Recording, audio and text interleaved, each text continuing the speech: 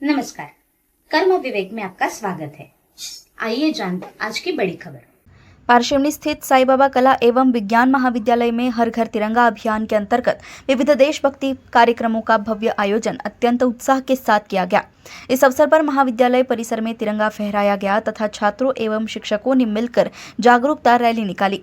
कार्यक्रम में कॉलेज के छात्र छात्राओं, प्राध्यापकों और कर्मचारियों ने बढ़ चढ़ कर भाग लिया।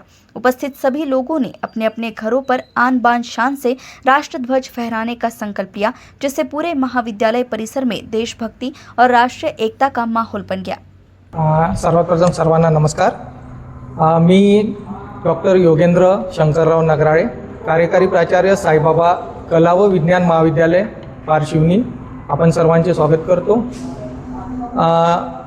पारशिवनी तहसीलमध्ये 2013 या वर्षी ज्ञानरंजन क्रीडा बहुउद्देशीय शिक्षण संस्था पारशिवनीचे अध्यक्ष श्री भोतराजी व माननीय प्रकाशजी डोमकी सर सचिव यांनी या महाविद्यालयाची स्थापना केली आणि नागपूर येथील पारशिवनी तहसीलमधील सर्वात मागासवर्गीय ग्रामीण विभागामध्ये आमच्या हे विज्ञान विभागाचं एक पहिलं कॉलेज आहे या तालुक्यामध्ये।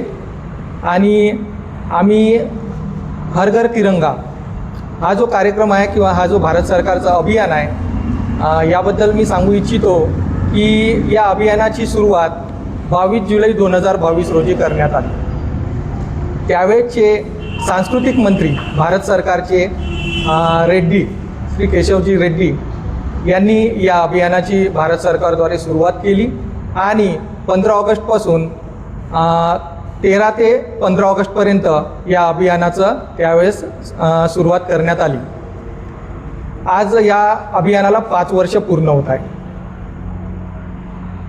आम्ही या कॉलेजमध्ये या अभियानाअंतर्गत जर बघतो म्हणलं तर आम्ही विद्यार्थ्यांना राष्ट्रीय एकात्मता कशी वाढीस लागेल याकरिता आम्ही विद्यार्थ्यांना 13 ऑगस्टपासूनच त्यांना या ध्वजारोहण प्रसंगी किंवा हर घर तिरंगा या अभियानाअंतर्गत आम्ही त्यांना ध्वज वाटप करतो। तसेच प्रत्येक घरी जाऊन त्या विद्यार्थ्यांना आम्ही सांगतो की हर घर तिरंगा हा अभियान आपण सुद्धा प्रत्येकांना राष्ट्रीय एकात्मता, त्यांच्यात बंधुभाव एकात्मता निर्माण व्हावी व राष्ट्रासाठी एक सर्वांगीण त्यांचं एक योग्य स्थान असावं याकरिता आम्ही त्या विद्यार्थ्यांना प्रेरित करतो। आणि या अभियानाला मध्ये आम्ही त्यांना ध्वज वगैरे वाटप करतो। रॅली केलेली आहे आम्ही इथे पारशिवनी तहसीलमध्ये। तसेच ध्वजारोहणसुद्धा करतो आणि मुख्य ध्वजारोहण 15 ऑगस्ट 2026 रोजी करण्यात येईल। उद्या 15 ऑगस्ट आहे आणि 15 ऑगस्ट निमित्त आपण आपल्या विद्यार्थ्यांना, आपण आपल्या पारशिवनीच्या जनतेला कशा प्रकारचा एक संदेश देऊ इच्छिता आणि कशा प्रकारे सकाळपासून कार्यक्रमची सुरुवात होणार आहे? हे बघा सर, मी सांगू इच्छितो की उद्या जो 15 ऑगस्ट हा दिन आहे, भारतीय स्वातंत्र्य दिन, हा 80वा मोठ्या उत्साहाने साजरा करण्यात येत आहे। आणि पारशिवनी तहसीलमध्ये या तालुक्यामध्ये प्रत्येक ठिकाणी ध्वजारोहणाचा कार्यक्रम होतो।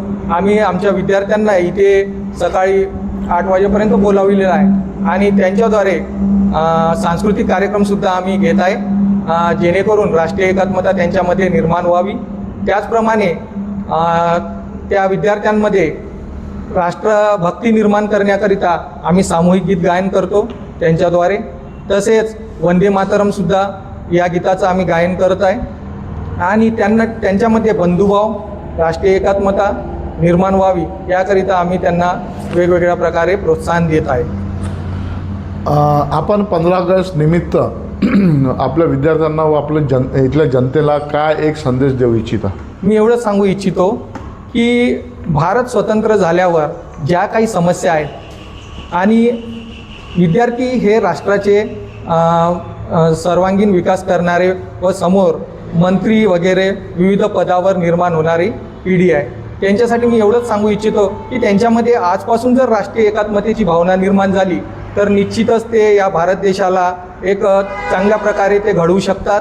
त्यामधून सायंटिस्ट बनू शकतात, डॉक्टर्स बनू शकतात इंजिनियर्स बनू शकतात, जेणेकरून राष्ट्राला त्याचा हातभार लागेल व राष्ट्रीय एकात्मता सुदृढ होईल. आता 15 ऑगस्टची एक शुभेच्छा द्या, कॉलेजचं नाव घेऊन आणि सर्वांचं नाव घ्यायचं.